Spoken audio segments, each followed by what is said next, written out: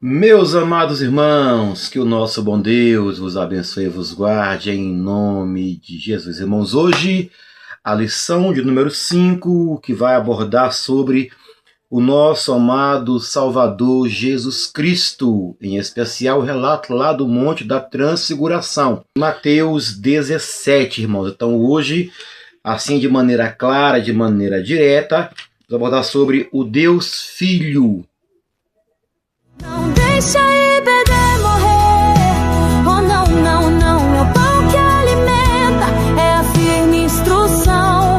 Não deixa a bebê morrer. Levante a sua mão pela Irmãos, a lição de número 5 da semana presente vai estudar sobre a doutrina bíblica, sobre o Deus Filho, sobre a revelação de um modo marcante no episódio da Transfiguração, com base lá nos textos de Lucas 1 e também de Mateus 17, nós iremos ver Jesus, a segunda pessoa da Trindade, ela plenamente sendo Deus, né? Ele é Deus plenamente, isso aí é incontestável, sendo o centro da revelação divina, e ele é o único mediador entre Deus e os homens. A lição 5 também destaca, né, a sua divindade, a sua centralidade e a sua missão redentora, nos fazendo compreender o impacto dessa verdade para a fé e para a vida cristã. A lição 5, irmãos, tem por seguinte objetivo: primeiro, explicar a concepção virginal e a deidade absoluta de Jesus. Segundo, mostrar a centralidade de Cristo como o cumprimento da lei dos profetas. E terceiro, enfatizar a exclusividade de Cristo como o único mediador e salvador. A lição 5, irmãos, tem por escrito textuário: este é meu filho amado, em quem me comprazo, escutai-o. Mateus 17, versículo 5, parte B. Ouça aqui. O textuário, irmão, lição 5, ele vai apresentar a solene proclamação do Pai acerca do Filho, né, como Messias, e também a sua divindade, durante o episódio da Transfiguração. Do ponto de vista teológico, essa voz que vem do céu, que vem da nuvem, ela está ratificando a filiação eterna de Cristo, estabelecendo a sua autoridade suprema sobre a lei e os profetas. Então essa ordem, a ele ouvir, ela vai ressoar como imperativo para a igreja todas as eras. Jesus Cristo não é apenas um mestre entre os outros, mas ele é o próprio Verbo encarnado, cuja a palavra é o fundamento final de toda a nossa fé e prática cristã, exigindo obediência absoluta e também a reverência final diante da sua majestade gloriosa. Fala-se, irmãos, a nossa vida de prática. Jesus Cristo, o Deus Filho, ele é a revelação plena do Pai, o centro da revelação divina e o único mediador entre Deus e os homens. De novo, Jesus Cristo, Deus Filho, ele é a revelação plena do Pai, o centro da revelação divina e o único mediador entre Deus e os homens. Olha só, esse texto aqui, irmãos, da verdade prática, ela vai enfatizar, né, Cristo como exclusivo na economia da Trindade, da salvação, tá? Ele não é apenas um portador de uma mensagem, mas ele é a própria mensagem em pessoa.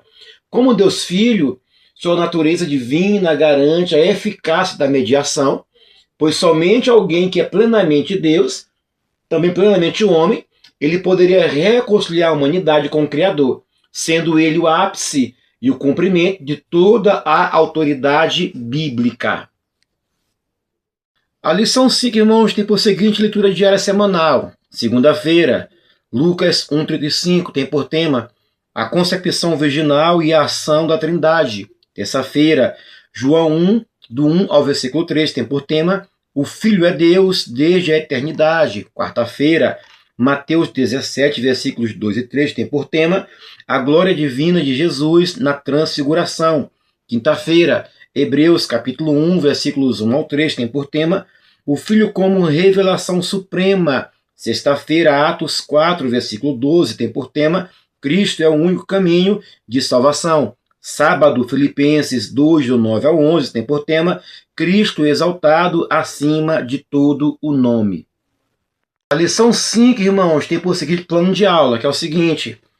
O tema é o Deus Filho. Falar assim, um tópico 1, a divindade do Filho. Parte A, a concepção virginal de Jesus. A parte B, a deidade absoluta do Filho. E a parte C, os atributos divinos de Jesus.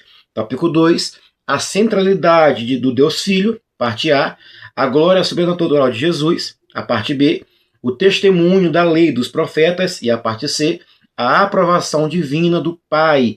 E tópico 3, a missão redentora do Deus Filho. Parte A, o Filho como revelação suprema.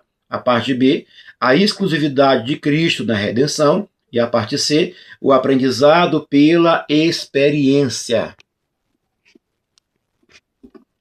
Vamos lá, meus irmãos, para mais uma lição no dia de hoje, né? A lição 5, para poder pôr na tua mente gravar. Tem por tema o Deus Filho. E esse aqui, irmãos, é o trimestre, ó, a Santíssima Trindade, o Deus único revelado em 3 pessoas eternas, irmão.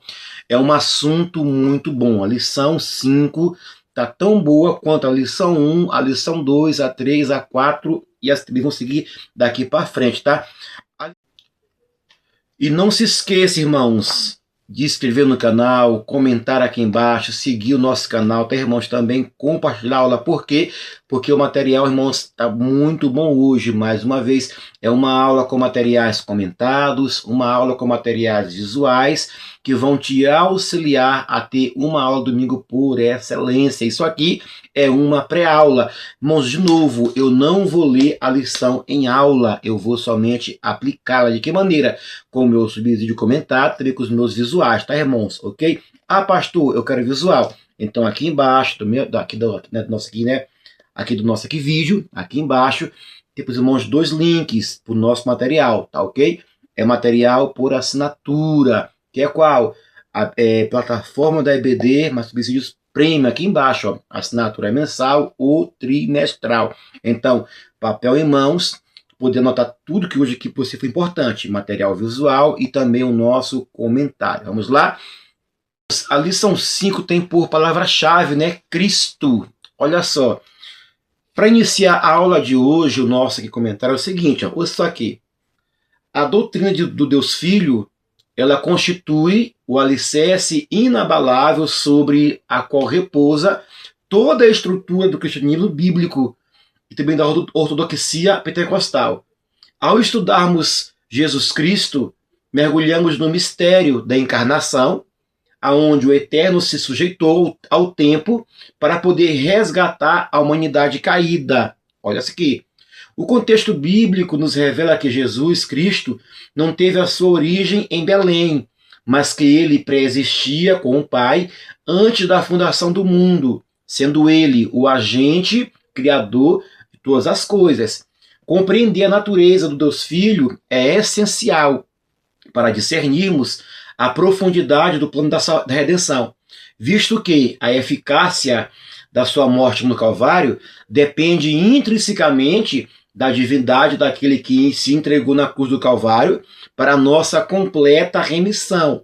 Historicamente, a igreja enfrentou diversos desafios e heresias que tentaram minar, né, Cristo como Deus, tá bom? E obscurecer a sua humanidade plena ao longo dos séculos, desde o arianismo, no 4º século, até o liberalismo teológico contemporâneo.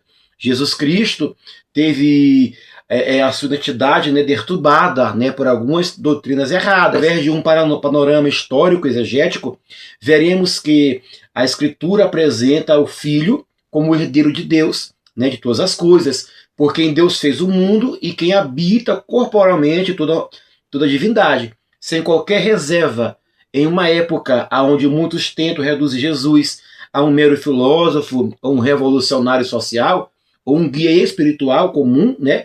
A igreja precisa proclamar com autoridade que ele é o Senhor e que ele é Deus. Olha aqui no visual, meus irmãos. Introdução, a transfiguração e a cristologia. Olha isso aqui interessante, irmãos. Primeiro, a revelação da divindade do Filho. Na transfiguração, Jesus é visto em sua glória celestial, com o seu rosto brilhando como o sol e as suas vestes resplandecendo, né, lá em Mateus 17:2.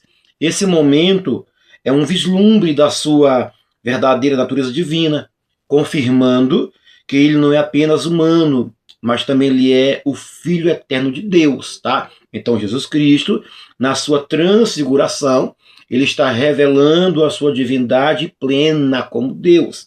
Olha aqui no 2, confirmar da centralidade de Cristo na revelação de Deus. A voz do Pai, né, que se ouve no céu dizendo: este é meu Filho amado, a quem me comprazo, a ele ouvi, atesta que Cristo, ele é o ponto culminante da revelação divina. A transfiguração serve como um ato de validação divina da missão de Jesus, afirmando que ele é a revelação completa do Deus ao mundo, irmãos. Interessa isso aqui. E aqui no 3, né, a inclusão dos profetas e a missão redentora. Quando Cristo se transfigura no monte, lá aparece Moisés e Elias ao lado do Senhor Jesus Cristo, simbolizando a continuidade e o cumprimento das Escrituras no Messias. Moisés representa a lei e Elias os profetas. Ambos, de alguma forma, apontavam para Cristo. Jesus, ele não vem para abolir a lei e nem os profetas, mas para cumpri-las plenamente. Está aqui. Então, quando Moisés e Elias aparecem no monte com Jesus Cristo, é esse sinal, tá? Simbolizando a lei e os profetas cumprindo Jesus Cristo. Tudo cumpre nele. E aqui no 4, a convergência entre sofrimento e glória. A transfiguração, embora revelando a glória de Cristo, ela acontece momentos antes de sua jornada rumo à cruz. Esse contraste enfatiza a cristologia redentora. A glória de Cristo não é separada do seu sofrimento. Ele é o Messias sofredor que, para redimir o mundo, deve passar pela cruz, tá? E aqui embaixo no 5, a centralidade da obediência a Cristo na missão redentora. A ordem do Pai para ouvi-lo é uma exortação direta ao discipulado. Ouvir Jesus é a chave para entender o propósito redentor da sua vinda. Quando eu ouço Jesus, quando eu ouço a sua palavra, quando eu ouço a sua voz, eu estou agora entendendo o seu propósito de redenção, quando ele veio para esta terra.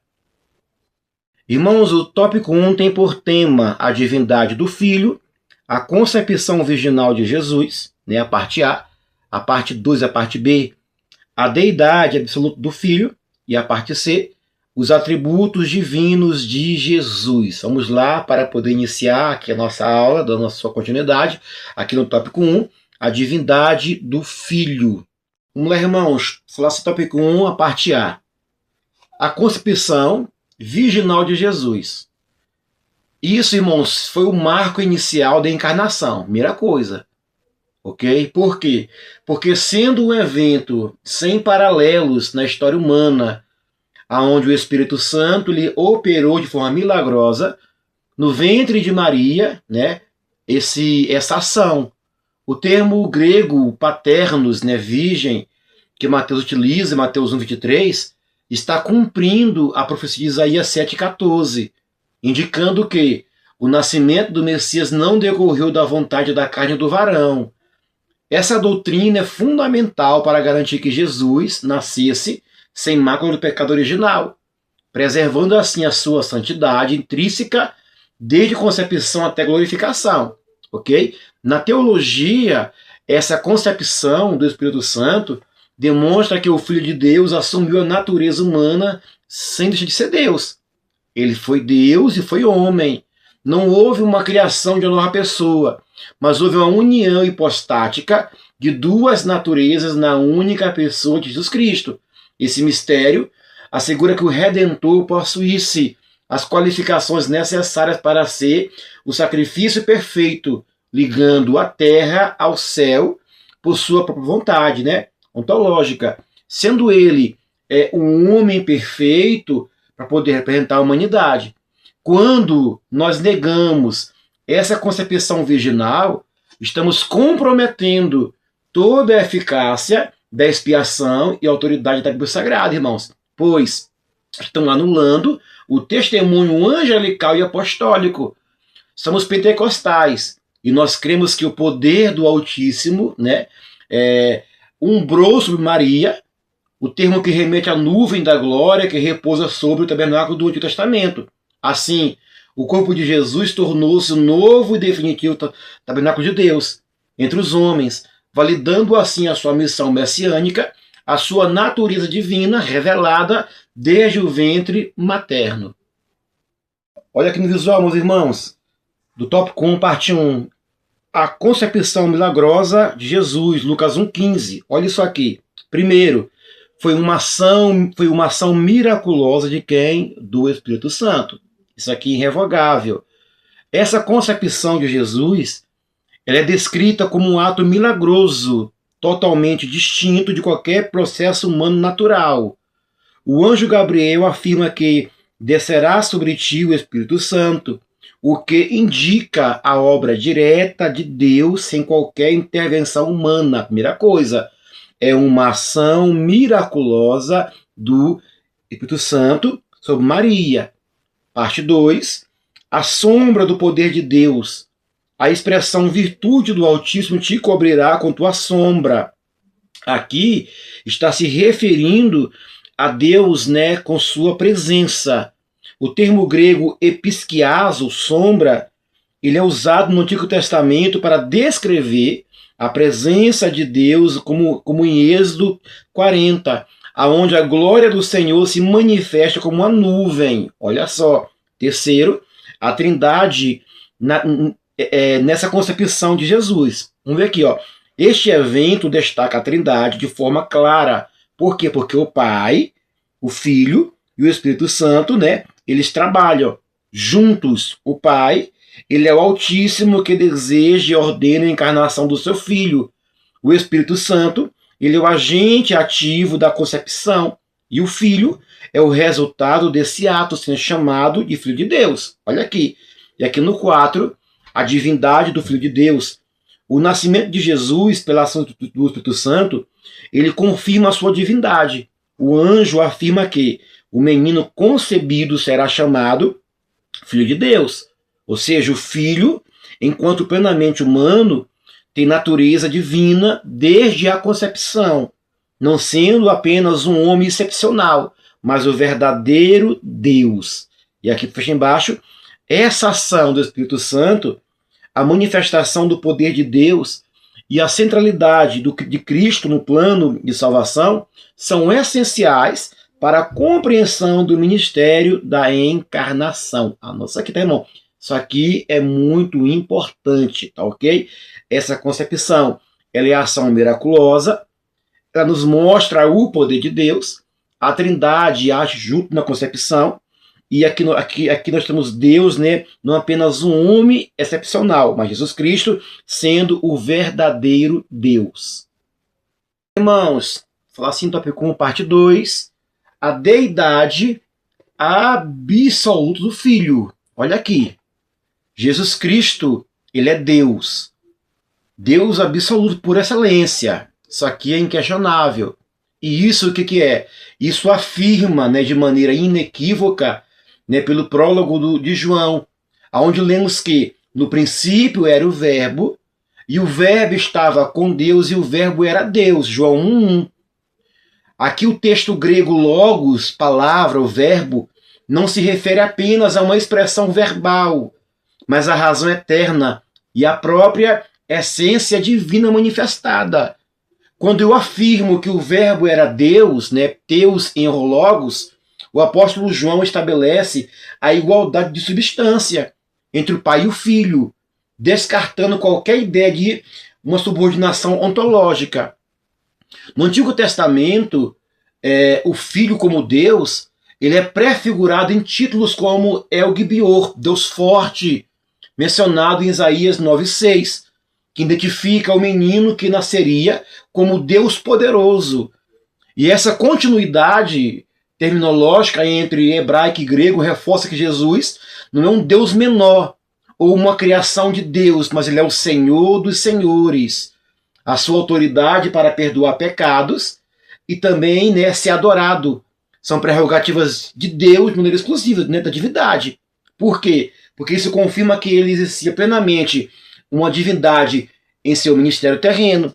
Então, Cristo como Deus, né, um Deus absoluto, isso implica que Jesus Cristo possui todos os direitos e honras devidos ao Pai, sendo coeterno e também coigual em poder e majestade. Tomé, né, fala assim, Senhor meu e Deus meu. Isso representa o ápice do reconhecimento da divindade de Cristo pelos discípulos após sua ressurreição.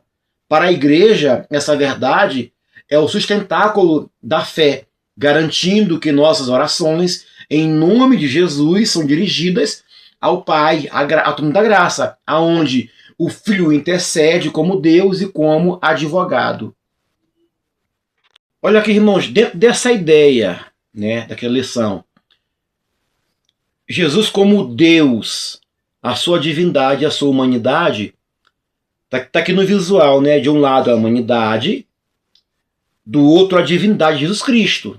Olha aqui, aqui na parte aqui branca, ele como homem, ele padeceu, ele sofreu, ele morreu. Sua natureza humana tem por característica pelo sofrimento, pela morte. Ele experimentou as limitações da condição humana, aonde teve dor, teve fome, tristeza e morte na cruz, né? Ele como homem, ele cresceu em sabedoria e estatura.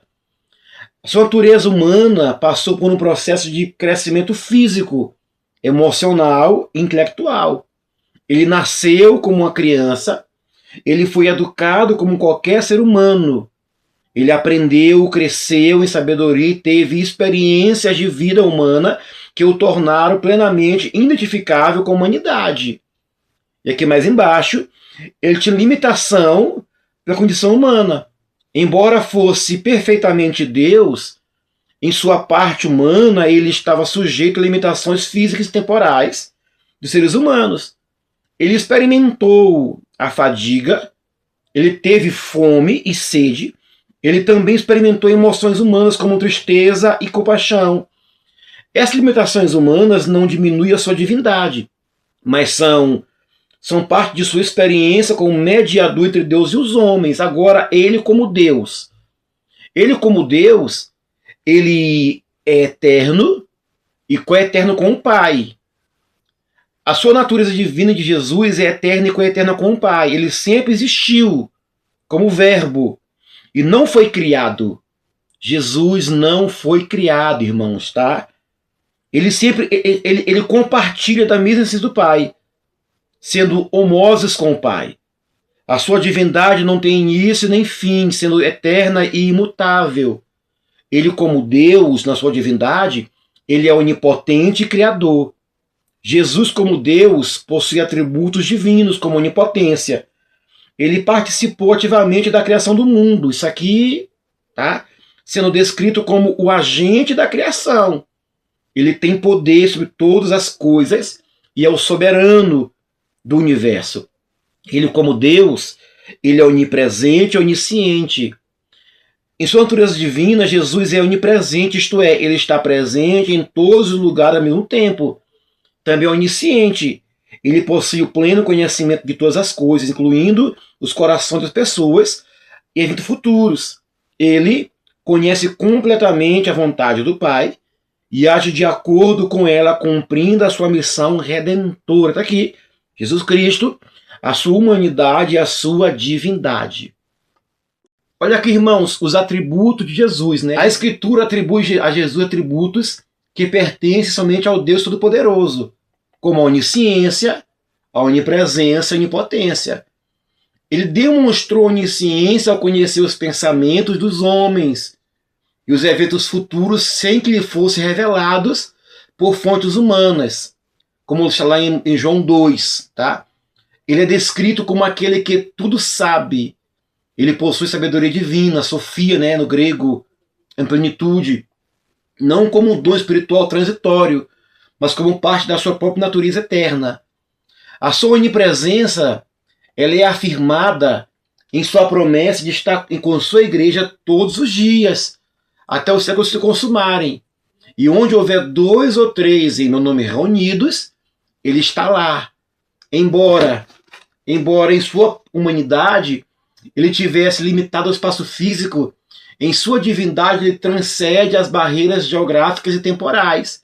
Além disso, a sua onipotência foi manifesta através do controle sobre as leis da natureza, a cura de doenças incuráveis e o poder de ressuscitar a si mesmo e aos outros. Jesus Cristo, ele compartilha atributos morais e imutáveis com o Pai, sendo descrito como o mesmo ontem, hoje e sempre. Ele é imutável. Ele assegura, suas promessas com fidelidade. Ele estabiliza a nova aliança com o seu sangue. Reconhecer esses atributos é essencial para a vida cristã, porque nos leva a confiar inteiramente nele, naquele que detém todo o poder no céu e na terra, sendo o sustentador de todas as coisas pela palavra do seu poder. Olha aqui, irmãos, atributos divinos de Jesus. Olha só, eu botei aqui só alguns, tá? Primeiro, eternidade. Jesus, como o Filho de Deus, ele é eterno. Ele não tem início nem tem fim. Ele não foi criado, mas sempre existiu junto com o Pai. A sua onipotência, ele é todo-poderoso. Ele tem autoridade sobre a criação.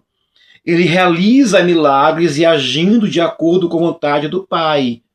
A sua onisciência, Jesus tem pleno conhecimento de todas as coisas, incluindo os corações das pessoas e os eventos futuros. A sua onipresença, Jesus, em sua divindade, ele é onipresente, ou seja, ele está presente em todos os lugares ao mesmo tempo. A sua imutabilidade, Jesus Cristo, ele é imutável, ou seja, ele não muda. A sua natureza divina permanece constantemente perfeita em todo o tempo. Soberania, ele é soberano sobre toda a criação, governando com autoridade e sabedoria. Ele é o Rei dos reis, Senhor dos senhores, conforme está em Apocalipse 9,16. Santidade, ele é completamente santo, sem pecado, separado para o propósito divino da redenção. A sua pureza moral e espiritual é absoluta, é completa, como expressa 1 Pedro 2,22. E sua justiça, Jesus é justo em todas as suas ações, sendo juiz que fará justiça no final dos tempos. Ele não faz separação de pessoas, ele exerce justiça perfeita. Ele é Deus, ele tem atributo de Deus, ele é Deus plenamente perfeito, completo e sempre será Deus. Irmãos, o tópico 1 tem assim por sinopse: a concepção virginal e os atributos divinos de Jesus revelam que ele é Deus desde a eternidade e possui a mesma essência do Pai. Tópico 2, a centralidade do Deus Filho, a glória sobrenatural de Jesus, a parte A. A parte B, o testemunho da lei dos profetas. E a parte C, a aprovação divina do Pai. Vamos lá, irmãos, lembrando que todo o material nosso visual estará aqui embaixo do nosso vídeo, tá bom? Vai lá, entre na plataforma da EBD Mais Curso de Prêmios, por assinatura mensal ou trimestral. Irmãos, é muito material bom. Banners visuais, esses aqui mais outros, comentário em subsídios teológicos e pedagógicos com profundeza bíblica. Vale muito a pena. É aqui embaixo do vídeo, ó. Ok, vamos lá. Tópico 2. A centralidade do Deus Filho. Primeira parte. A glória sobrenatural de Jesus. Ouça isso aqui. Anota aí. O evento da transfiguração no monte revela a glória intrínseca de Jesus, que por um momento deixou de ser oculta pelo véu da sua humanidade. O termo grego metamorfo indica que uma mudança na aparência externa que procede da essência interna. Então essa mudança da sua aparência veio de dentro para fora, mostrando que a luz que brilhava nas suas vestes não era um reflexo externo, mas a sua própria glória divina. Essa manifestação serviu para fortalecer a fé dos apóstolos, preparando-os para o escândalo da cruz que se aproximava. Lá na transfiguração aparece Moisés e Elias ao lado de Jesus, simbolizando a ele o ponto focal para o qual convergem todas as revelações anteriores de Deus. Enquanto Moisés representava a lei, Elias os profetas, Jesus destaca-se como cumprimento superior de ambos, sendo a razão de existir de todo o sistema levítico e das vaticações proféticas. A glória que os discípulos contemplaram era a mesma glória que o Filho tinha com o Pai antes que o mundo existisse, agora a glória visível ao olhar humano. Essa glória sobrenatural, ela reafirma que Jesus não é meramente um herói humano ou um mártir religioso, mas ele é o Senhor da glória que desceu do céu para a terra. A experiência do Tabor ensina que a igreja, que embora Cristo tenha se esvaziado da sua glória visível e na kenosis, ele nunca deixou de ser o brilho da glória de Deus e a expressão exata do seu ser. Contemplar esta glória pela fé transforma o crente, levando-o a refletir a imagem de Cristo em um mundo que está em terra pelo pecado. Irmãos, a transfiguração, ela nos traz uma revelação temporária da glória divina. Essa transfiguração de Cristo no monte é um momento único em que a sua natureza divina é temporariamente revelada aos discípulos. O termo transfigurou-se, do grego metamorfo, indica que uma transformação visível, embora momentânea, do Filho de Deus. A transfiguração, ela é também escatológica. Por quê? Porque a transfiguração pode ser entendida como um vislumbre do que vai acontecer quando Jesus voltar em sua glória plena, como rei e juiz no final dos tempos. Esse momento demonstra que, embora ele estivesse em sua forma humana durante seu ministério terreno, a sua glória divina não foi algo que ele abandonou. Também a transfiguração nos mostra a união das duas naturezas de Cristo. A transfiguração é uma confirmação clara da união de Cristo, na sua natureza humana e divina. Enquanto Jesus aparece como uma glória celestial, ele permanece ao mesmo tempo plenamente humano. Ele é o Deus encarnado e a sua glória não é dissociada da sua humanidade. Ambas as naturezas coexistem de forma perfeita e misteriosa. Também a transfiguração, ela vai confirmar a missão de Cristo redentora. Porque a transfiguração, ela é uma afirmação da missão de Cristo como Redentor. Quando Moisés e Elias aparecem e conversam com Jesus, isso simboliza que a lei, que por Moisés é representada, e os profetas por ele representados, apontam para o cumprimento da promessa em Jesus Cristo. Então está aí. A transfiguração foi uma revelação da glória de Cristo temporária divina, foi uma transfiguração que nos mostra a escatologia lá na frente, tá? Também nos mostrou a união das naturezas de Cristo divina e humana, e confirmou a missão de Cristo como redentor da humanidade. Anote aí, irmãos, o testemunho da lei dos profetas. Jesus Cristo, ele é o centro, certo? Ele é o centro. E isso evidencia pelo fato de que toda a escritura do Antigo Testamento, conhecida pelos judeus como a Taná, aponta para a sua pessoa e obra. O termo hebraico Torá, lei, e os escritos Neviim, os profetas, serviram como um pedagogo para poder conduzir o povo à compreensão do Messias que haveria de vir. No Monte da Transfiguração, o diálogo entre Jesus, Moisés e Elias sobre a sua partida em Jerusalém sublinha que a sua morte era o cumprimento das profecias. Jesus afirmou categoricamente que a Escritura dava um testemunho dele, ok? E no caminho de Emaús, ele expôs como todos os profetas falavam é a seu respeito. A lei estabeleceu o padrão de santidade e a necessidade do sacrifício, os quais Jesus cumpriu perfeitamente através da sua vida impecável e morte expiatória. Ele é o Cordeiro de Deus, tipificado no sacrifício do templo, e o servo sofredor, no qual Isaías anunciou, unido em si todas as promessas abraâmicas e davídicas. Compreender o testemunho da lei dos profetas é fundamental para uma hermenêutica bíblica saudável, que coloca Jesus Cristo como a chave hermenêutica de toda a Bíblia. Sem Cristo, sem Jesus Cristo, sem seu centro, o Antigo Testamento torna-se um livro de regras obscuras ou históricas desconexas. Todavia, em Jesus Cristo, cada sombra encontra sua substância e cada promessa seu sim e amém. A igreja deve pregar Cristo, que é o fim da lei, para a justiça de todo aquele que crê, unificando os dois testamentos em uma só narrativa redentora. Jesus Cristo, ele cumpre perfeitamente a lei e os profetas. Irmãos, na transfiguração, nós temos o testemunho de Moisés e Elias.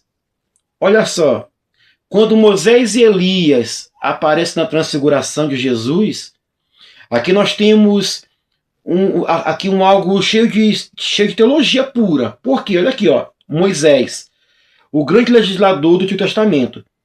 Ele representa a lei, ele foi o mediador da aliança entre Deus e Israel, e é reconhecido como autor da Torá. Elias, por outro lado, é considerado o maior dos profetas, um símbolo da proclamação profética e o anúncio da vinda do Messias. Quando Moisés e Elias aparecem no monte com Jesus Cristo, aqui nós não devemos nem entender como um contato com os mortos, mas como um ato divino. De acordo com a Escritura, tanto Moisés quanto Elias não estavam mortos de maneira permanente. Moisés morreu, ele foi enterrado por Deus, enquanto Elias foi arrebatado para o céu em um redemoinho. Então, quando no monte aparece Moisés e Elias, aqui nós temos figuras centrais da antiga aliança ao lado de Jesus, que serve para quê? Para afirmar a superioridade de Cristo. Em Hebreus 1, do 1 ao 2, é dito que Deus, falando muitas vezes de muitas maneiras no passado, aos pais pelos profetas, nesses últimos dias nos falou pelo Filho. Jesus não é apenas o cumprimento da Escritura, mas ele é superior a Moisés e Elias, ou seja, ele é o Filho de Deus. Ele é a revelação final e definitiva da vontade de Deus para a humanidade. A transfiguração, portanto, mostra que, embora Moisés e Elias sejam figuras centrais do Antigo Testamento, elas não são apenas testemunha da grandeza de Cristo, que é o verdadeiro centro e cumprimento de toda a Escritura. Vamos lá, irmãos, para a parte 3, tópico 2, a aprovação divina do Pai, né? E não se esqueça, irmãos, compartilhe esta aula aqui, deixa eu ver aqui o slide, peraí, pronto. Compartilhe esta aula, comente aqui embaixo, para nós isso aqui é muito bom, tá? E muito útil e importante. O teu compartilhamento, a tua inscrição e o teu comentário aqui embaixo, ok? Vamos lá, fala assim aqui o material nosso, ó. A voz do Pai, vinda da nuvem luminosa, dizendo: este é meu Filho amado, constitui uma validação suprema da identidade e missão de Jesus. No batismo, na transfiguração também, o Pai, ele rompe o silêncio celestial para declarar seu total prazer com o Filho, utilizando o termo grego eudokesa, em quem me comprazo. Esta aprovação divina não era necessária para Jesus em sua deidade, sua divindade, mas foi dada para o benefício dos ouvintes e para a ratificação oficial do seu ministério messiânico. Quando o Pai proclama, né, ele estabelece que Jesus é o único herdeiro legítimo e o representante perfeito da vontade divina na terra. Ao ordenar a ele ouvir, o pai silencia todas as vozes, né, colocando o ensinamento do filho acima de qualquer outra autoridade humana ou religiosa. Esta é a base da cristocidade do Evangelho. Deus Pai escolheu se revelar e ser reconciliado com o mundo por Jesus Cristo Filho, não havendo outro caminho ou nome dado entre os homens. A aprovação do Pai também aponta para a perfeita unidade de propósito e essência dentro da Trindade, aonde o Filho faz sempre o que agrada ao Pai.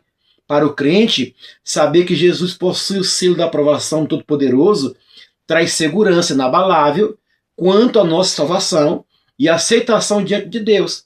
Quando estamos em Cristo, a complacência que o Pai tem para com o Filho chega até nós, que nos tornando filho também por adoção e participante da mesma herança de glória dada para os santos. Vamos lá, irmãos, para poder aqui fechar o tópico 2, aqui com o nosso visual, a voz do Pai na transfiguração de Jesus. Olha aqui, primeira coisa, a nuvem luminosa como símbolo de Deus naquele momento, né, com a sua presença. A nuvem luminosa que cobre os discípulos durante a transfiguração é um símbolo claro que Deus está lá, né? Aqui, a nuvem luminosa reforça que a presença de Deus está em Cristo. E essa manifestação visível é uma antecipação da revelação plena de Deus. Segundo, quando Deus repete as palavras do Pai, né, no batismo, na transfiguração, o que isso quer dizer? A voz de Deus na transfiguração repete as palavras que foram ditas também no batismo. Este é meu filho amado, em quem me comprazo. No batismo, a voz de Deus afirma iniciação de sua missão redentora. Agora, na transfiguração, a voz afirma que Jesus é o Filho eterno, não apenas em sua missão, mas também em sua natureza divina. E o Filho amado e a natureza divina de Cristo. Olha aqui. A expressão em quem me comprazo, do grego eudoquesa, revela que Jesus ele é o objetivo do deleite de Deus, do Pai. Ele é uma expressão da profunda relação e aprovação. O Pai, ele se deleita em seu Filho, não apenas por sua obediência em cumprir a missão redentora, mas também pela sua natureza divina. Está aqui, irmão. Então, quando o Pai fala na transfiguração, aquela fala, aquela voz tem muito, meus irmãos, significados, tá? Não é só uma expressão qualquer, não. Tem sentido, tá ok? É o Pai com sua presença, é o Pai, né, mostrando para o mundo, para o discípulo naquele momento que Jesus Cristo também é Deus e também é o Pai, mostrando que o Filho é o seu amado, o seu aprovado, o seu deleite. Ok? Então está aqui a voz do Pai na transfiguração de Jesus. Irmãos, o tópico 2 tem por seguinte sinopse. Na transfiguração, Cristo ele é confirmado pelo Pai como centro da revelação e cumprimento da lei e os profetas. Tópico 3, a missão redentora do Deus Filho. Primeira parte, o Filho como revelação suprema. Segunda parte, a exclusividade de Cristo na redenção. E terceira parte, o aprendizado pela experiência. Vamos lá, irmãos, encerrar a aula de hoje, no tópico 3, a missão redentora do Deus Filho. Olha aqui, irmãos, na primeira parte, né, do tópico 3, vai ter assim por tema. Tem assim por tema, o Filho como revelação suprema. Olha só, Jesus Cristo, ele é a exegese do Pai, conforme sugere o texto de grego de João 1,18, aonde o termo exegetazo indica que o Filho narrou ou explicou a natureza invisível do Deus à humanidade. Diferente dos profetas que traziam mensagem de Deus, Jesus, ele é o próprio Deus em mensagem, tornando o caráter divino acessível e compreensível aos homens. Nele nós vemos não apenas o poder de Deus, mas também seu amor, a sua justiça e misericórdia manifestos em atos concretos e palavras de vida eterna. Como a revelação suprema, o Filho supera todas as teofanias e manifestações angelicais anteriores. Por quê? Porque ele é a expressão exata do seu ser. O termo grego charakter, traduzido como expressão exata, refere-se à marca impressa por um selo, significando que quem vê a Jesus vê o Pai em toda a sua essência.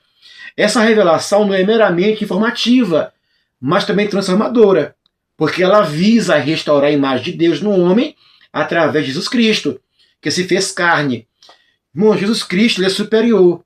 Como superior, ele é revelador de Deus, ele invalida qualquer pretensa revelação posterior que contradiga o seu ensino ou sua pessoa. A igreja deve manter-se firme na suficiência de que Jesus Cristo é a revelação de Deus, reconhecendo que em Jesus estão escondidos todos os tesouros da sabedoria e do conhecimento.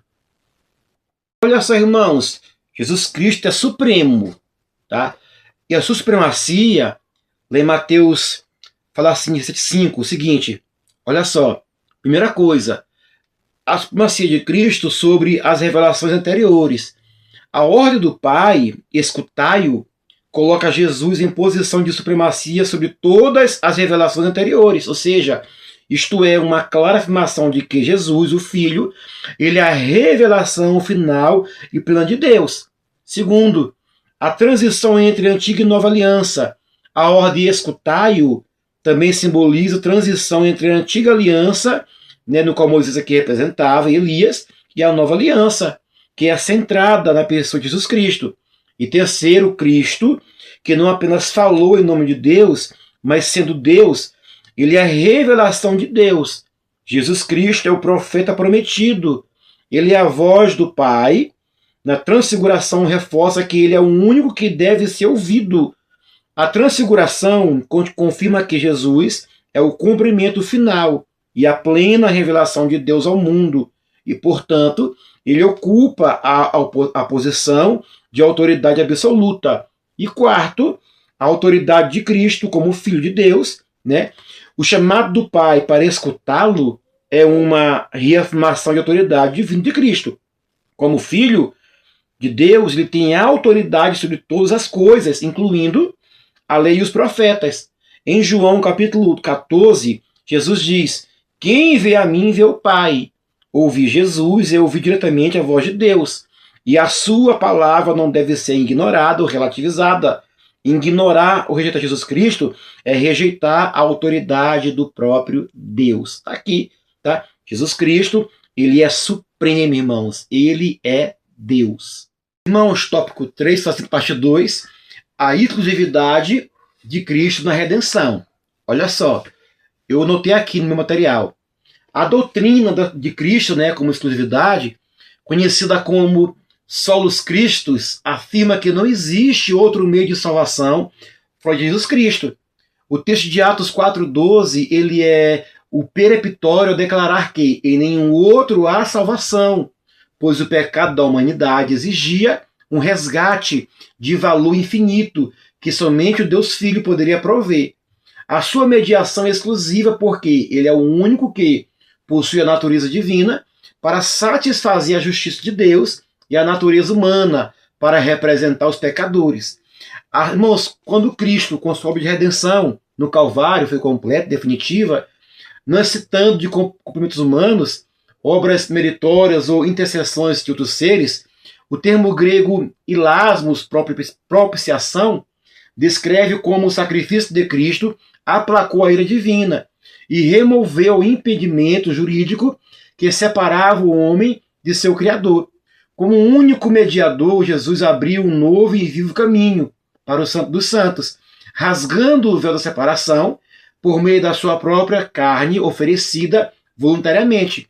Negar que Cristo, negar Cristo, irmãos, é esvaziar a cruz do seu significado.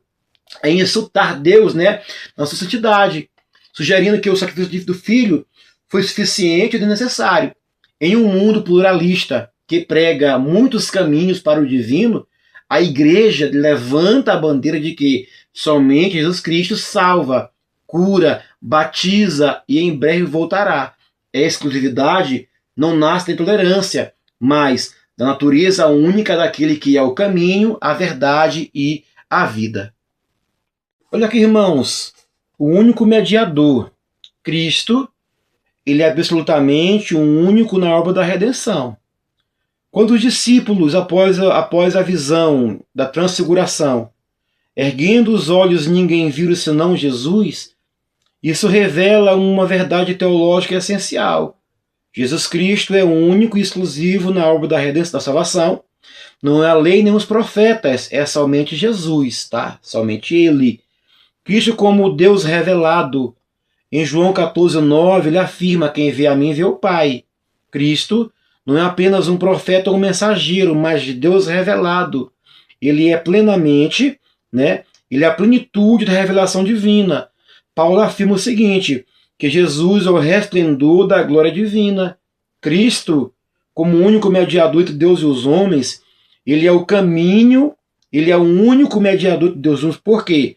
Porque ele é o único caminho de reconciliação entre a humanidade caída e Deus Santo. O sacrifício de Cristo é plenamente suficiente, nada mais do que isso, para a salvação. O sacrifício de Cristo na cruz é plenamente suficiente para reconciliar o pecador com Deus.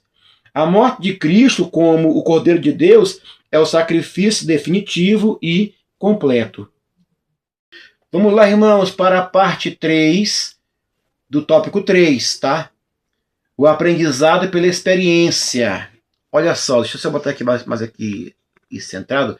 Olha só, a experiência dos discípulos com Cristo ressurreto e o entendimento posterior do seu sofrimento serviram como uma pedagogia divina para a formação de liderança apostólica. Na transfiguração, eles queriam reter o momento de glória fazendo tendas, mas Jesus os levou de volta ao vale para poder enfrentar a realidade do sofrimento da cruz. O aprendizado ocorreu na tensão entre glória revelada e dor necessária, ensinando-lhes que a coroa não vence um calvário. A revelação do Cristo ressurreto transformou o medo e a frustração dos discípulos em coragem e convicção inabaláveis. O termo grego matetes, discípulos, aprendiz, implica um processo contínuo de instrução que culminou na compreensão de que o Messias deveria padecer para entrar em sua glória. A experiência direta com o Senhor, após a ressurreição, validou todo o ensinamento prévio, permitindo que os apóstolos testemunhassem não de teorias, mas daquele que viram, ouviram e tocaram. Para a igreja contemporânea, este aprendizado pedagógico ressalta a importância da experiência pessoal com o Espírito Santo e com Cristo em nossa jornada da fé. Não basta possuir a teologia correta sobre Deus. É necessário que essa verdade seja evidenciada, viva nas lutas e triunfos do cotidiano cristão. O sofrimento, longe de ser um sinal de abandono divino, muitas vezes é o mestre que nos molda a imagem do Filho, ensinando-nos a depender exclusivamente de sua graça e poder ressuscitador. Para fechar, irmão, tópico 3, a transfiguração de Cristo, a glória revelada, o reino antecipado e a vitória final sobre a morte. Irmãos, isso é muito profundo. Olha só. A transfiguração foi um vislumbre do reino glorioso de Deus, que se manifestaria plenamente após a ressurreição de Cristo. Em Mateus 17:2, Jesus aparece radiante como o sol, simbolizando a presença divina plena e inauguração do reino de Deus na terra. A transfiguração também é um prenúncio da ressurreição de Cristo, como visto na Escritura. A ressurreição será a vitória final sobre a morte e pecado. Em Filipenses 2, a exaltação de Cristo após a sua morte e ressurreição é destacada, aonde Deus exaltou a um lugar superior. Tá? O evento também antecipa a vitória de Cristo sobre o mal e a morte. Em Hebreus 1, 8-12, Cristo ele é descrito como o Rei Eterno, cuja vitória sobre as forças do mal é assegurada, o que é simbolizado na transfiguração, aonde sua glória é revelada como sinal de seu triunfo escatológico. A transfiguração também tem um caráter pedagógico essencial para os discípulos. A experiência da transfiguração visar fortalecer a fé dos discípulos e prepará-los para a paixão de Cristo. Em Mateus 17:9, Jesus instrui seus discípulos a não falarem sobre a visão até após a sua ressurreição, reforçando a necessidade de compreender o plano divino à luz da morte e ressurreição de Jesus Cristo. Aqui, irmão. Então, quando Cristo transfigura aqui a sua glória é revelada, o reino antecipado e a vitória final sobre a morte. Irmãos, o tópico 3 tem sempre por sinopse: Cristo é o único mediador e salvador. A sua missão redentora é exclusiva e plenamente suficiente. Está aqui, irmãos. Agora a nossa conclusão. Diz assim no material. Olha só. Lição boa, né, irmãos? Lição profunda, lição muito boa, tá? Olha aqui a conclusão. A lição sobre o Deus Filho recapitula os pilares da nossa cristologia, reafirmando que Jesus Cristo é a segunda pessoa da Trindade. Ele é preexistente, ele é eterno e coigual ao Pai. Vimos a sua concepção virginal e atributos divinos comprovando a sua deidade absoluta, enquanto sua transfiguração e testemunho da Escritura sublinham a sua centralidade do plano de Deus. Ele não é um acessório de religião, mas o centro gravitacional de toda a criação e redenção. O Verbo que se fez carne para que pudéssemos contemplar a glória do Pai e sermos por ele resgatados. A lição reforça o que mais? Reforça que viver sobre a égide da exclusividade de Cristo em todas as áreas da vida. Se Jesus, ele é o único mediador e a revelação plena de Deus, a nossa ética o nosso espiritual e doutrina deve estar com ele alinhada ao seu caráter e ensinamento. A igreja hoje é chamada a rejeitar qualquer forma de secretismo religioso ou desvio teológico que tente obscurecer Cristo como superior, mantendo-se como a coluna e firmeza da verdade em um mundo que ignora ele como Senhor. Por fim, as implicações espirituais desse estudo devem nos levar a uma adoração mais profunda, a um compromisso renovado com o evangelismo. Se o Deus Filho se entregou por nós, a nossa resposta não pode ser outra, senão entrega total de nossas vidas ao seu serviço. Tá aí, irmão, lição 3, né? Lição 5, perdão, muito boa. O Deus Filho. Lição 6, é qual o tema? O Filho como verbo de Deus. Também uma lição boa, irmãos. Na semana, veja esta aula, reveja a aula, passe para frente a aula, porque isso vale muito a pena. A aula está muito boa, material por excelência, a aula está muito top, irmãos. Até a lição 6, o verbo como filho de Deus. Amém? Fique na paz, em nome de Jesus. Vamos lá, vamos que vamos. Deus é bom.